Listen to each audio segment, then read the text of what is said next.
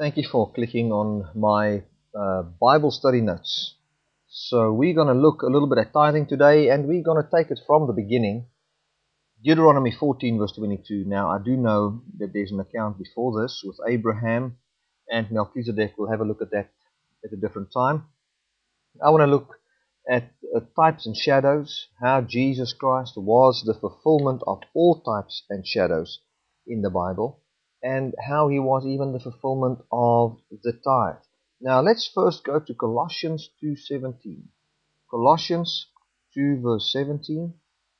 The program I'm using here is called eSword. For those of you who don't have it, you can download it for a donation of any amount, or it's actually for free, and you can donate if you want. I think it's esword.net. Esword.net. Just make sure you get a program like this, and you can download all the different translations. At the top you can see there commentaries, dictionaries. Very powerful tool. Right, let's go to Colossians 2:16. What's nice about eSword is it's got the Greek words already, like you can see there's a number, the Strong's number with the word man there. Any person is therefore, if you just go over it, it just pops up the Greek meaning. For further study, you can click on it. Well, I don't want to explain how the program works. Let's go to Colossians 2:16. It says, "Let no man therefore judge you in meat or in drink, or in respect of a holy day, or of a new moon, or of the Sabbath days, which are a shadow of the things to come, but the body is of Christ."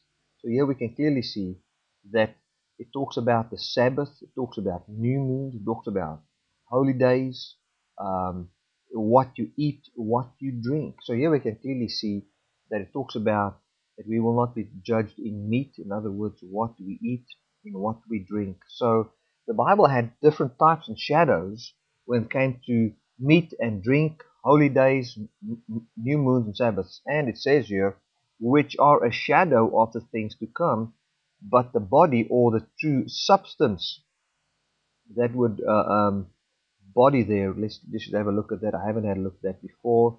You can click on Thaya definition. I like Thaya a lot. The body, both of men or animals, a dead body, a corpse, a living body of animals, the body of planets and stars, heavenly bodies, in use of a large or small number of men.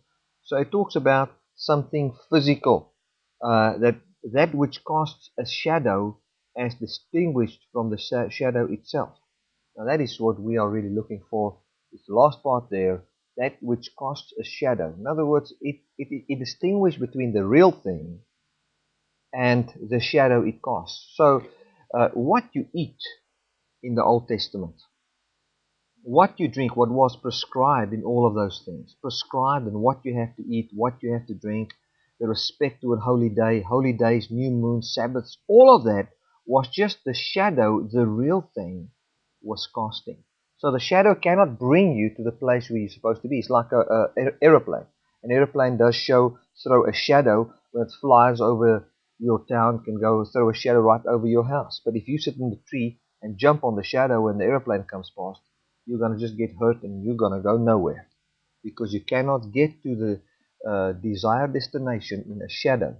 You need the true substance. Now let's also go to Hebrews 8 verses 5. Hebrews 8 verses 5. Right. It talks about, let's read from verse 4. I'm going to take the Hebrew numbers away, the Greek numbers away there.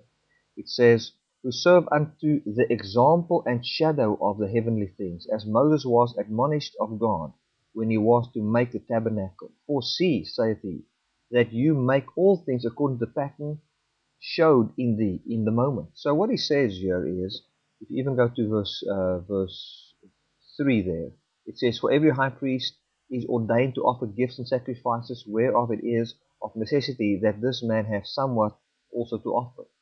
For if he were on earth, he should not be a priest, seeing that there are priests that offer gifts according to the law, who serve unto the example of the shadow of the heavenly things."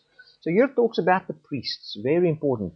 It talks about the priests and what they offer and what they sacrifice and what they do in accordance to the law, And that just served as an example and a shadow, there's the word shadow again, of the heavenly things.